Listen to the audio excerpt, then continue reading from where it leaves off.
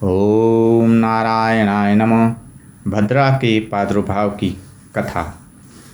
राजा युधिष्ठिर ने पूछा, भगवान, लोक में भद्रा बिष्टि नाम से प्रसिद्ध है, वह कैसी है, कौन है, वह किसकी पुत्री है, उसका पूजन किस विधि से किया जाता है, कृपया आप बतलाने का कष्ट करें। भगवान श्री कृष्ण बोले, महाराज, भद्रा भगवान सूर्य नारायण की कन्या है। यह भगवान सूर्य की पत्नी छाया से उत्पन्न है और शनैश्वर की सगी बहन है। वह काले वर्ण, लंबे केस, बड़े बड़े दांत और बहुत ही भयंकर रूप वाली है। जन्मते ही वह संसार का ग्रास करने के लिए दौड़ी, यज्ञों में विघ्न बाधा पहुंचाने लगी और उत्सवों तथा मंगल यात्रा आदि में उपद्रव करने लगी और पूरे जगत को पीड़ा पहुंचाने लगी। उसके उच्छृंखल स्वभाव के देखकर भगवान सूर्य अत्यंत चिंतित हो उठे और उन्होंने शीघ्र ही उसका विवाह करने का विचार किया। जब जिस जिस भी देवता, असुर, किन्नर आदि से सूर्य नारायण ने विवाह का प्रस्ताव रखा, तब उस भयंकर कन्या से कोई भी विवाह करने को तैयार न हुआ। दुखित हो सूर्य नारायण ने अपनी कन्या के विवाह के लिए मंडप बनवाया, पर उसने मंडप, तोरण आदि सबको उखाड़कर फेंक दिया और सभी लोगों को कष्ट देने लगी। सूर्य नारायण ने सोचा कि इस दुष्टा, कुरूपा, स्वेच्छाचारिणी कन्या का विवाह किसके साथ किया जाए।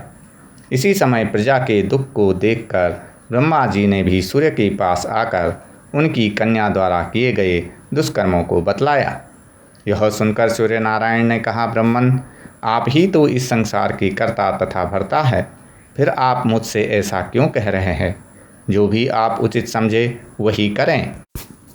सूर्य नारायण का ऐसा वचन सुनकर ब्रह्मा जी ने बिष्टि को बुलाकर कहा, भद्रे, वौ, बालौ, कोलौ आदि करणों के अंत में तुम निवास करो और जो व्यक्ति यात्रा, प्रवेश, मांगल्य कृत्य, खेती, व्यापार, उद्योग आदि कार्य तुम्हारे समय में करें, उन्हीं में तुम विघ्न करो।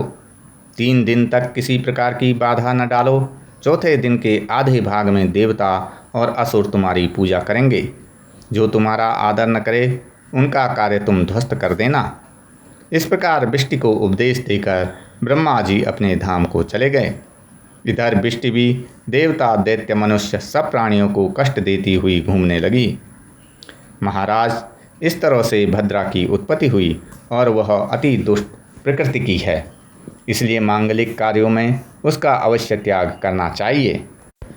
भद्रा 5 घड़ी मुख में, 2 घड़ी कंठ में, 11 घड़ी हृदय में, 4 घड़ी नाभि में, 5 घड़ी कटी में और 3 घड़ी पुच्छ में स्थित रहती है। जब भद्रा मुख में रहती है तब कार्य का नाश होता है। कंठ में धन का नाश, हृदय में प्राण का नाश, नाभि में कलह, कटी में अर्थभ्रंश होता है, पर पुच्छ में निश्चित रूप से विजय एवं कार्य सिद्धि हो जाती है। भद्रा के 12 नाम है धन्या, दधिमुखी, भद्रा, महामारी, खरानना, कालरात्रि, महारुद्रा, विष्टि, कुलपुत्रिका, भैरवी, महाकाली तथा असुर क्षयकारी।